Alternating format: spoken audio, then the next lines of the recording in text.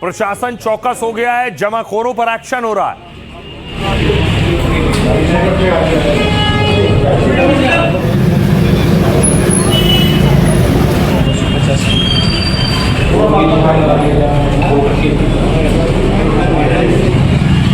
चीनी गोदामों पर शहर शहर छापेमारी हो रही है। चीनी के जमाखोरों को कसा जा रहा है। अब यह तस्वीर देखिए, न सिर्फ चीनी, दूसरे खाद्य पदार्थों पर भी एक्शन हो रहा है। पनीर देखिए, नकली पनीर पकड़ा गया, उस पर भी कार्रवाई हुई।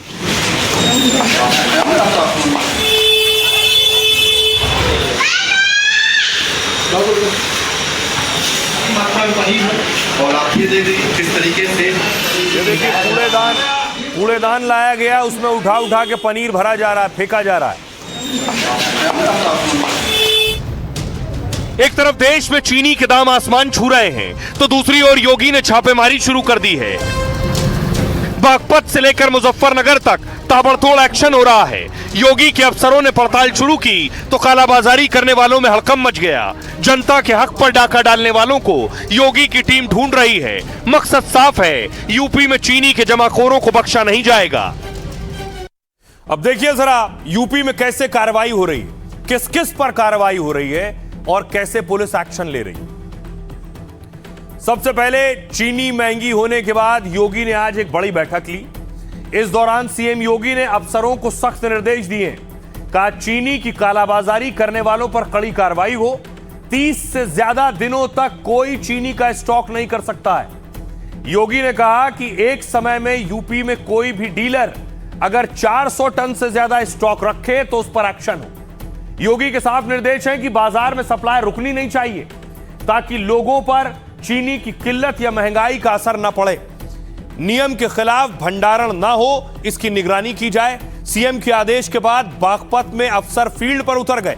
एसडीएम और सीओ ने एक चीनी गोदाम पर छापा मारकर पड़ताल की। मुजफ्फरनगर में चीनी व्यापारियों पर रेड मारकर स्टॉक की जांच की गई।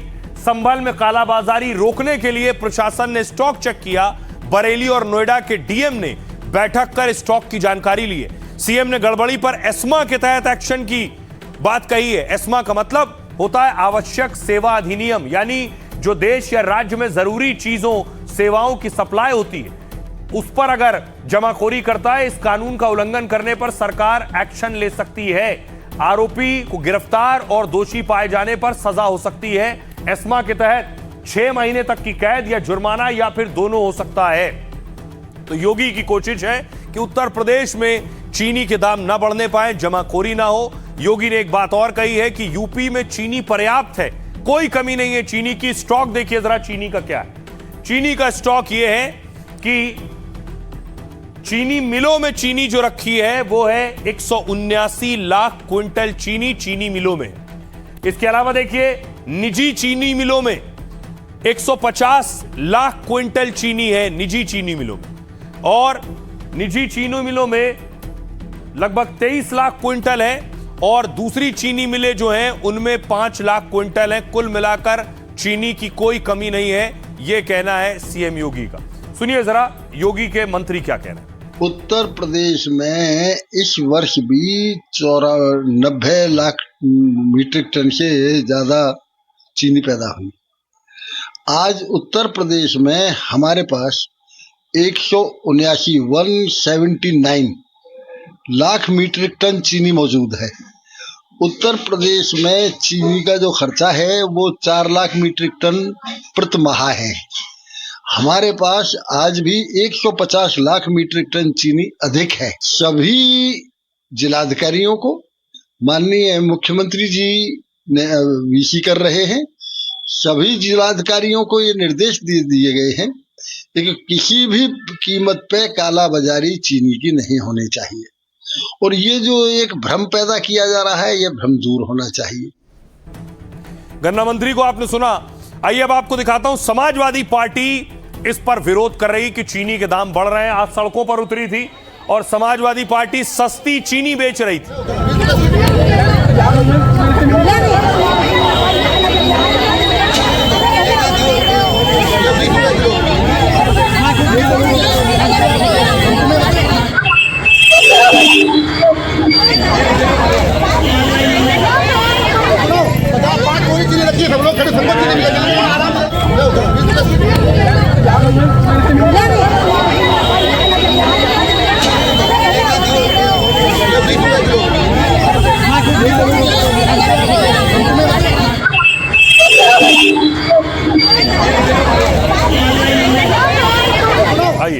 अब आपको बताऊं, इस पर सियासत हो रही। सियासतदान चीनी के बढ़ते दामों पर सवाल खड़े कर रहे हैं। अखिलेश यादव देखिए क्या कह रहे हैं। अखिलेश ने कहा यह मुनाफे के लिए पेट्रोल में एथेनॉल मिलवा रहे हैं, मुनाफा कमाने के लिए ही चीनी महंगी कर रहे हैं। चीनी के दाम तब बढ़ाए जा रहे हैं जब त्योहार आ रहे हैं। आपको मिठाई खरीदनी है लेकिन वो महंगी है। गुलाब जामुन, रसगुल्ला और बर्फी महंगी हो गई है। मल्लिकार्जुन खड़गे ने कहा त्योहारों से पहले चीनी की मिठास में कड़वाहट घुल गई है, क्योंकि 3 महीने में चीनी करीब 40% महंगी हो गई है। जनता पर पड़ी इस मार, महंगाई की मार का जिम्मेदार आखिर कौन है? चीनी की कमी है और सरकार विदेश से चीनी मंगा रही है। यह कैसा आत्मनिर्भर भारत है जहां आयात करना पड़ रहा है, दूसरी तरफ गन्ने को पेट्रोल में मिलाने के लिए एथेनॉल में झोंक रहे हैं। भारत दुनिया का बड़ा चीनी उत्पादक और निर्यातक देश है, लेकिन आज चीनी का स्टॉक 9 साल के निचले स्तर पर क्यों है? अरविंद केजरीवाल कह रहे हैं देश में चीनी की कीमतें बेतहाशा बढ़ रही हैं, क्योंकि देश में चीनी की भारी कमी हो गई है, क्योंकि गन्ने से मोदी जी ने एथेनॉल बना दिया है। करीब 30 लाख टन चीनी के गन्ने से एथेनॉल बना दिया गया है। मोदी जी कह रहे हैं एथेनॉल बनाकर विदेशी मुद्रा बचाई है, लेकिन उसी विदेशी मुद्रा से अब चीनी आयात कर रहे हैं। केंद्र सरकार ने कहा कि महंगी चीनी को एथेनॉल से जोड़ने को गलत बताया है। एथेनॉल के चलते ऐसा होने के दावे का खंडन किया है। कहा कि एथेनॉल का बड़ा हिस्सा खराब अनाजों से बन रहा है, उसका गन्ने से कोई ताल्लुक नहीं। सुनिए सियासतदानों को। दिल्ली लखनऊ में बीजेपी की सरकार है। अब आप सोचिए चीनी कितनी महंगी हो गई, और तब महंगी हो गई जब त्योहार आ गया है, आपको मिठाई खरीदनी पड़ेगी। और एक हिसाब किताब लगाओ कि अगर आपका गुलाब जामुन कितना महंगा हो गया होगा, रसगुल्ला कितना महंगा हो गया होगा, बर्फी कितनी महंगी हो गई है। आज हर चीज महंगी हो रही है, डीजल, पेट्रोल, सब कुछ महंगा। जितना प्रोडक्शन अपेक्षित था उसकी बनिस्बत इस बार इतना ना होना एक कारण रहा है, पर मैं मानता हूं कि ये एक टेम्पररी फेज है। बहुत जल्द इसको नियंत्रित कर लिया जाए। चीनी के जो इंपोर्ट की बात हो रही है वो इसलिए हो रही है क्योंकि इतना लो आउटपुट हुआ है। लो आउटपुट के चलते आपने अपने इथेनॉल E20 के लिए आपने उसका इस्तेमाल किया है, डाइवर्जन किया है, और उसका भार कौन भुगतेगा? जनता ही भुगतेगी। मांग के अनुसार जब पूर्ति को करना है तो सरकार को कुछ आयात भी करना पड़ेगा, कुछ और उपाय करने होंगे। थोड़े दाम अगर बढ़े हैं तो इसका मतलब एथेनॉल नहीं है, क्योंकि एथेनॉल के तुलना में देखो जो 12% की खपत होती थी एथेनॉल की वो घट के 9% रह गई है, यानी एथेनॉल का प्रयोग कम हुआ है। तो कीमत की वृद्धि को एथेनॉल से जोड़ना ये न्याय संगत नहीं है। और अब आपको बताऊं कि आपकी थाली में, आपके किचन में कौन कौन सी चीजों के दाम बढ़ गए हैं और क्या वजह है इसके पीछे। सबसे पहले देखिए चीनी 5 जुलाई को 45 रुपए किलो मिल रही थी, अब 21 अगस्त के दाम है 65 रुपए किलो, 45 से 65 पहुंच गई। चावल के दाम 5 जुलाई को 90 रुपए किलो थे, 21 अगस्त को दाम 100 रुपए प्रति किलो पहुंच गए। अरहर दाल 120 रुपए किलो से 150 रुपए किलो पहुंच गई है। चाय पत्ती जो 5 जुलाई को 380 रुपए किलो थी, वो 21 अगस्त को 456 रुपए किलो पहुंच गई। इसके अलावा चना जो 80 रुपए किलो था वो 85 रुपए प्रति किलो पहुंच गया है। सरसों तेल 160 रुपए किलो से पहुंच गया है 190 रुपए किलो। काजू 5 जुलाई को 1000 रुपए किलो था और 21 अगस्त को 1500 रुपए किलो पहुंचा है, यानी 500 रुपए की बढ़ोतरी हुई। बादाम 5 जुलाई को 800 रुपए किलो मिल रहा था, 21 अगस्त को 1100 रुपए किलो हो गया है। आलू पिछले हफ्ते 20 रुपए किलो था, 21 अगस्त को दाम 25 रुपए किलो तक पहुंच गए। प्याज 30 रुपए किलो था, 60 रुपए किलो तक पहुंच गया है प्याज अलग अलग जगहों पर। टमाटर पिछले हफ्ते 30 रुपए किलो थे, 21 अगस्त को दाम 30 रुपए किलो, यानी टमाटर के दामों में बढ़ोतरी नहीं हुई है।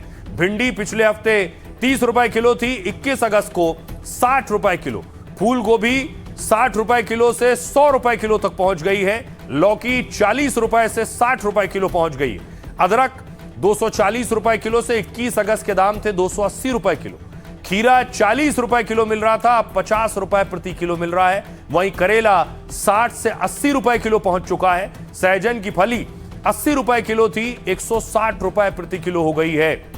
ये दाम बढ़ रहे हैं। गौतम बुद्ध नगर के दाम मैं आपको बता रहा था, आप सुनिए जरा आम लोग क्या कह रहे हैं इस पर। थोड़ी सी महंगाई को कम करें और महंगाई के ऊपर काबू करें, क्योंकि शक्कर के दाम आसमान छू रहा है, नारियल के दाम आसमान छू रहा है। सरकार की पॉलिसी है ये, तो अभी उनके संज्ञान में आ गया है और चीनी पे सुनने में आ रहा है कि अभी आया तो गवर्नमेंट कर रही है, टैक्स में छूट दे रही है, तो अभी बढ़ने की संभावना मुझे कम लगती है, मुझे तो डाउन होना लगता है। इस बात का ज्ञान था कि इस बार चीनी स्टॉक में कम है और उन्होंने कोई इस पर ध्यान नहीं दिया, जो आज ये तेजी देखने को मिल रही है। जो इससे बन रहा है आपका पेट्रोल में जा रहा है, उससे एथेनॉल बन रहा है, उसमें जा रहा है। दूसरा, सरकार ने कोटा कम छोड़ा है। तीसरा, उत्पादन में गिरावट है शक्कर की सेल 20% रखी, 20% सेल घट गई है, 80% घट गई है। महाराष्ट्र में यूपी में भारी बारिश की वजह से फसल खराब होने की वजह से भी, और कुछ पेट्रोल में इथेनॉल में काम में ले रहे हैं, इसके लिए हर चीज़ में 20 रुपए किलो की मीठे में बढ़ोतरी होगी। वक्त हर चीज़ महंगी है, महंगाई से त्रस्त पब्लिक है। और आइए यूपी से ही एक और बड़ी खबर है। यूपी से जो तस्वीर आई सामने, उससे पहले आपको बताऊं, डीजे को लेकर कांवड़िया और पुलिस आमने सामने भिड़ गए। ये बवाल क्यों हुआ ये आपको बताऊंगा, पहले तस्वीर देखिए जरा। पिछले दिनों तस्वीर आई, सीएम योगी आदित्यनाथ ने खूब कांवड़ियों के लिए इंतजाम किए, उन पर पुष्प वर्षा भी की, हेलीकॉप्टर से भी, और खुद सीएम योगी ने फूलों की बारिश की।